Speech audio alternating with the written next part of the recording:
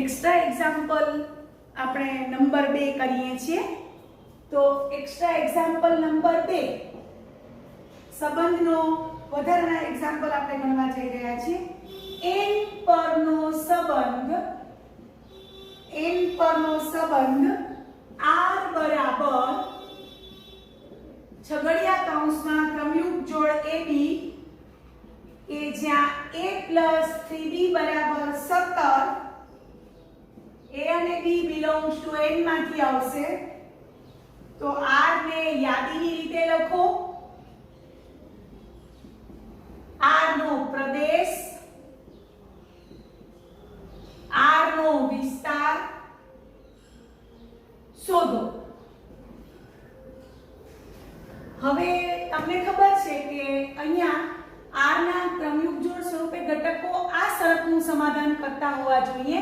a + 3b બરાબર 17 અને ab belongs to n હોવા જોઈએ, કારણ કે n પરનો સંબંધ છે એટલે। તો તમારે વિચારીને કરવું પડશે કે અહીં આપણે a બરાબર 2 લઈએ, અહીંયા 2 લો તો 15 થવા જોઈએ, 2 ને 15 17 એટલે b બરાબર 5 માટે a + 3b બરાબર 17 મળે છે। therefore ક્રમયુગ જોડ 2 5 belongs to r। હવે a બરાબર 5 લો, 3 લેશો, ધારો કે 3 તો 3 તો બાકીના 14, તો અહીંયા 3 ગુણ્યા તો થશે નહીં, પછી 4 લેશો તોય નહીં થાય, કારણ કે 4 તો બાકીના અહીંયા આવશે 4 એટલે 13 તો એ પણ નહીં થાય, એટલે 5 લેશું 5 તો અહીંયા 5 અને અહીંયા તમે 12 ને 5 17 તો b બરાબર 4 લઈ શકશો। a બરાબર 5 b બરાબર 4 માટે અહીંયા 5 અને 4 તેરી 12 એટલે 17 a + 3b બરાબર 17 મળે છે અને therefore ક્રમયુગ જોડ 5 4 belongs to r। હવે 8 લઈએ, 8 તો 8 અહીંયા થયા। હવે 9 ને 8 17 થાય તો b બરાબર 3 આવશે, b બરાબર 3 એટલે કઈ ક્રમયુગ જોડ થઈ? 8 8 3 5 હા 8 3 belongs to r। પછી 11 લો, a બરાબર 11, અહીંયા 11 લેશો એટલે 11 ને 6 17 તો b બરાબર 2 આવશે। તો 11 2 belongs to r। હવે તમે 13 લો, 13 તો 13 ને 4 17 તો અહીંયા તો 3 એવો થશે નહીં, બસ એટલે આપણા r ના ઘટકો આવી ગયા 2 5 5 4 8 3 11 2 આ r ના ઘટકો આવી ગયા। તો આ રીતે આપણે r ના ઘટકો લખ્યા, જે 2 5 5 4 8 3 11 2 અને 14 એક લઈ શકાશે। 14 હા બરોબર, 11 પછી 12 નહીં પણ 14 રહેવાશે, 14 ને 3 17 એટલે હજી એક ઘટક લખી નાખીએ છીએ। a બરાબર 14 લઈ શકશું, b બરાબર 1 કારણ કે 14 ને 3 17 b બરાબર 1 મૂકીએ છીએ એટલે આપણી પાસે આવ્યા 14 1 belongs to r। એક ઘટક આમાં દાખલ કરી નાખ્યો। r ના કુલ 5 ઘટકો આપણે મળ્યા। હવે r નો પ્રદેશ લખવો છે। r નો પ્રદેશ તો 2 5 8 11 14 તમને ખબર છે કે ક્રમયુગ જોડનો પહેલો ઘટક। r નો વિસ્તાર પૂછ્યો છે તો 5 4 3 2 1 એટલે 1 2 3 4 5 અને ધારો કે સહપ્રદેશ પૂછ્યો હોય તો n, કારણ કે n પરનો સંબંધ છે એટલે r નો સહપ્રદેશ શું થશે? n। તો આ રીતે એક્સ્ટ્રા એક્ઝામ્પલ નંબર 2 કર્યું।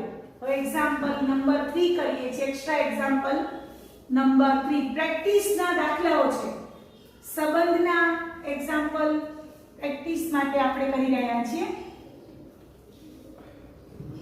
હા, example number 3, extra example number 3 a બરાબર 1 2 ગણ આપ્યો છે, ઘટકો દ્વારા બનેલો છે।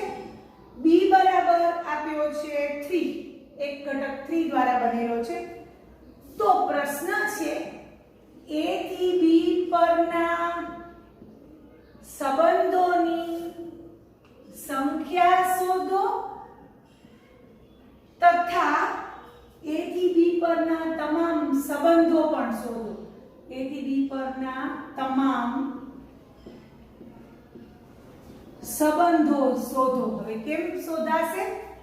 તો સૌથી પહેલા તમને મેં હમણાં જ આપણે કર્યું 2.2 સ્વાધ્યાયમાં A થી B પરના સંબંધોની સંખ્યા બરાબર 2 raise to number of A cross B, 2 raise to number of A into number of B, એટલે 2 raise to number of A એટલે બે ઘટકો છે અને નંબર ઓફ B માં એક જ ઘટક છે એટલે 2 રેઝ ટુ 2 એટલે 4 મળ્યા. સંબંધોની સંખ્યા 4 મળી. હવે મારે A થી B પરના સંબંધો, A થી B પરના તમામ સંબંધો લખવા હોય તો તમને ખબર છે A થી B પરનો સંબંધ એટલે A ક્રોસ B નો ઉપગણ થાય. તો તમને ખબર છે કે A થી B પરના તમામ સંબંધો એટલે A ક્રોસ B ના તમામ ઉપગણો. A થી B પરના તમામ સંબંધો બરાબર A ક્રોસ B ના તમામ ઉપગણો બને. A ક્રોસ B ના તમામ ઉપગણો, A થી B પરના તમામ સંબંધો એટલે A ક્રોસ B ના તમામ ઉપગણો.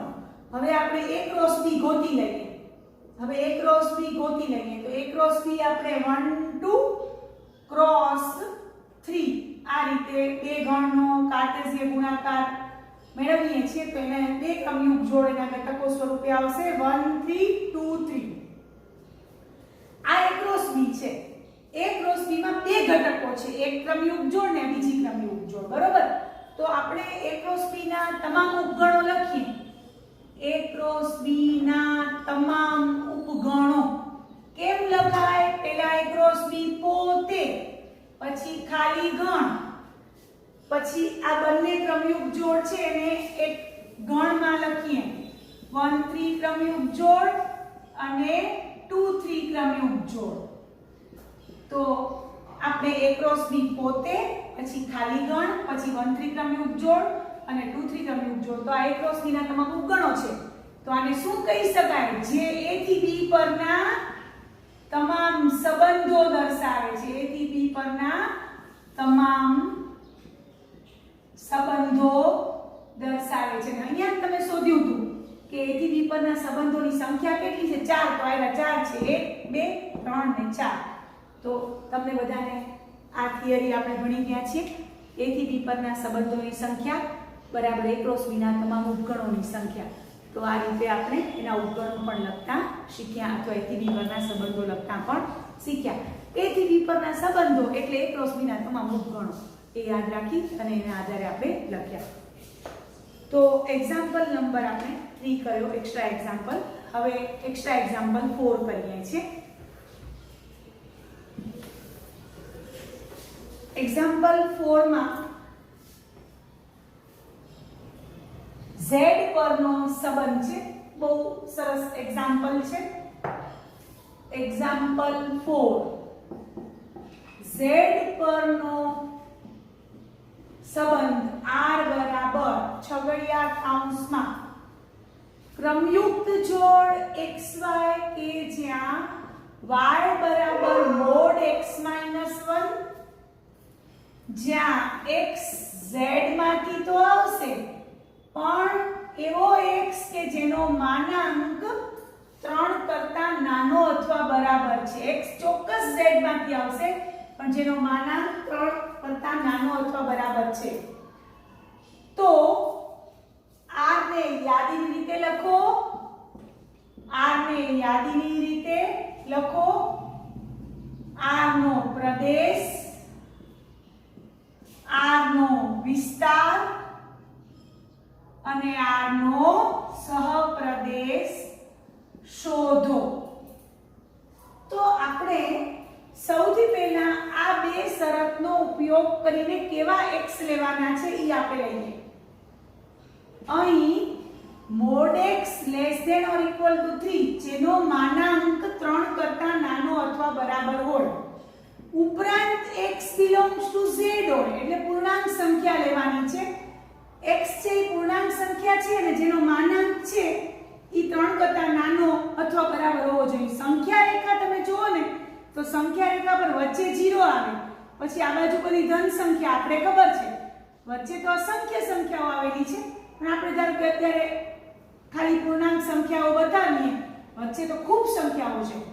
તો તમને ખબર પડી ગઈ કે આ 3 છે, આ 3 એનો માનાંક 3 પોતે 3 થી બધી જ નાની જેટલી વાસ્તવિક સંખ્યા અહીંયા સુધી જો તો અહીંયા -3 તો એનો માનાંક 3 થશે, કારણ કે -3 નો માનાંક તો 3 જ થાય.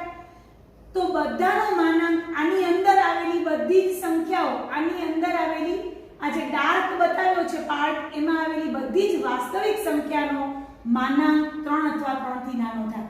પણ આપણે વાસ્તવિક સંખ્યા નથી લેવાની, આપણે કઈ લેવાની છે? એમાંની પૂર્ણાંક સંખ્યા. તો એમાંની પૂર્ણાંક સંખ્યા એટલે કોણ કોણ આવે? -3, -2, -1, 0, 1, 2 અને 3. ઓમ તો બધી જ વાસ્તવિક સંખ્યા આમાં આવેલી છે, પણ બાજુમાં x બિલોંગ્સ ટુ z લખ્યું છે, એટલે આપણે પૂર્ણાંક સંખ્યાઓ લેશું એવી કે જેનો માનાંક 3 અથવા 3 બરાબર હોય, 3 થી નાનો અથવા 3 બરાબર હોય. તો આ બંને ભેગું હોવાથી x બરાબર આપણે કઈ કઈ સંખ્યા લેશું? -3, -2, -1, 0, 1, 2, 3 લેતા. સમજાણું? આમાં બધી જ વાસ્તવિક સંખ્યાઓ આવેલી છે. આ સંવૃત્ત અંકાલ -3 થી 3 બતાવે છે, પણ આપણે બાજુમાં શરત આપી છે કે x બિલોંગ્સ ટુ z, એટલે z પરનો સંબંધ છે એટલે x બિલોંગ્સ ટુ z આપ્યું છે, એટલે x આપણે આ લીધો. હવે x ને અનુરૂપ y આપણે શોધશું. x બરાબર -3 લેશું તો y બરાબર mod x - 1 એટલે -3 -1 એટલે -4 નો મોડ એટલે 4. એવી રીતે x બરાબર -2 તો -2 - 1 એટલે -3 નો મોડ એટલે 3. x બરાબર -1 તો y બરાબર -1 એટલે mod -2 એટલે 2. x બરાબર 0 તો 0 - 1 એટલે -1 નો મોડ એટલે 1. x બરાબર 1 લેશું તો y બરાબર 1 - 1 નો મોડ એટલે 0. પછી x બરાબર 2 લેશું તો y બરાબર 2 - 1 નો મોડ એટલે 1. x બરાબર 3 લેશું તો y બરાબર 3 - 1 નો મોડ એટલે 2. તો આમ x ની બધી જ પૂર્ણાંક સંખ્યાઓ જે આ અંતરાલમાં આવેલી છે, આમાં તો અસંખ્ય વાસ્તવિક સંખ્યા છે, પણ પૂર્ણાંક સંખ્યાઓ એટલી આવેલી છે, એની અનુરૂપ y આપણે મેળવી લીધી. તો ધેરફોર તમે r ના ઘટકો લખી શકશો -3 સાથે 4, -2 સાથે 3, -1 સાથે 2, 0 સાથે 1, 1 સાથે 0, 2 સાથે 1, 3 સાથે 2. તો આ રીતે r ને આપણે યાદીની રીતે લખ્યું. r નો પ્રદેશ આપણે લખવો છે, r નો પ્રદેશ. તો પહેલા ઘટકો ક્રમયુક્ત જોડના -3, -2, -1, 0, 1, 2, 3. r નો વિસ્તાર લખવો છે, r નો વિસ્તાર. તો r નો વિસ્તાર 4, 3, 2, 1, 0, 1, 2, 3. 1, 2 એટલે આપણે ખબર પડી ગઈ, 4, 3, 2, 1, 0 એટલે 0, 1, 2, 3, 4. 0, 1, 2, 3, 4. અને r નો જો સહપ્રદેશ પૂછ્યો હોય તો તમને ખબર છે z પરનો સંબંધ છે, એટલે સહપ્રદેશ z થશે. તો આ રીતે આપણે એક્ઝામ્પલ 4 એક્ઝામ્પલ એક્સ્ટ્રા એક્ઝામ્પલ કર્યા સંબંધ આધારિત દાખલાઓ. સંબંધની પ્રેક્ટિસ માટે બીજા એક્ઝામ્પલ તમને આપું છું, તો એ તમે પ્રેક્ટિસ માટે ગણજો. એક્સ્ટ્રા એક્ઝામ્પલ સ્વાધ્યાય 2.2 છે, એનો દાખલા નંબર 2 અને દાખલા નંબર 6 એ પ્રેક્ટિસ માટે કરજો. અને બીજા એક્સ્ટ્રા એક્ઝામ્પલ તમને 3 આપું છું.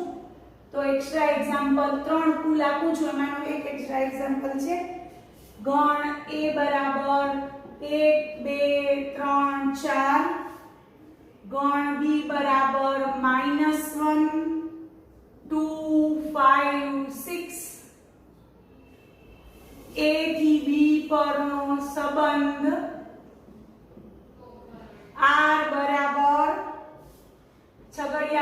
કૌંસમાં ક્રમયુક્ત જોડ AB કે જ્યાં A less than B, A belongs to A, B belongs to B, તો R ને યાદીની રીતે લખો. R નો પ્રદેશ, R નો વિસ્તાર, R નો સહપ્રદેશ લખો. બીજો એક્ઝામ્પલ છે, એક્ઝામ્પલ નંબર 2 પ્રેક્ટિસ માટે. n પરનો સંબંધ R બરાબર છગડીયા કૌંસમાં ક્રમયુક્ત જોડ AB કે જ્યાં B માઈનસ A 3 વડે વિભાજ્ય છે અને જ્યાં B minus A greater than 0 હોવું જોઈએ, બાદબાકી B minus A greater than 0 હોવી જોઈએ. તો R ને યાદીની રીતે લખો. R નો પ્રદેશ, R નો વિસ્તાર શોધો. અને example number 3, extra example number 3 practice માટે છે. A બરાબર 5 7 9, ગણ B બરાબર 4 6, તો A થી B પરના સંબંધોની સંખ્યા શોધો. તો આ રીતે સંબંધના એક્ઝામ્પલ તમે પ્રેક્ટિસ માટે કરશો. તો આજે આપણે સંબંધના એક્ઝામ્પલ્સ બધા ગણ્યા, એક્સ્ટ્રા એક્ઝામ્પલ પણ ગણ્યા. તો તમને મારો વિડીયો પસંદ આવ્યો હોય તો તમે લાઈક કરજો, શેર કરજો અને મારી ચેનલને સબસ્ક્રાઇબ કરજો. Thank you very much.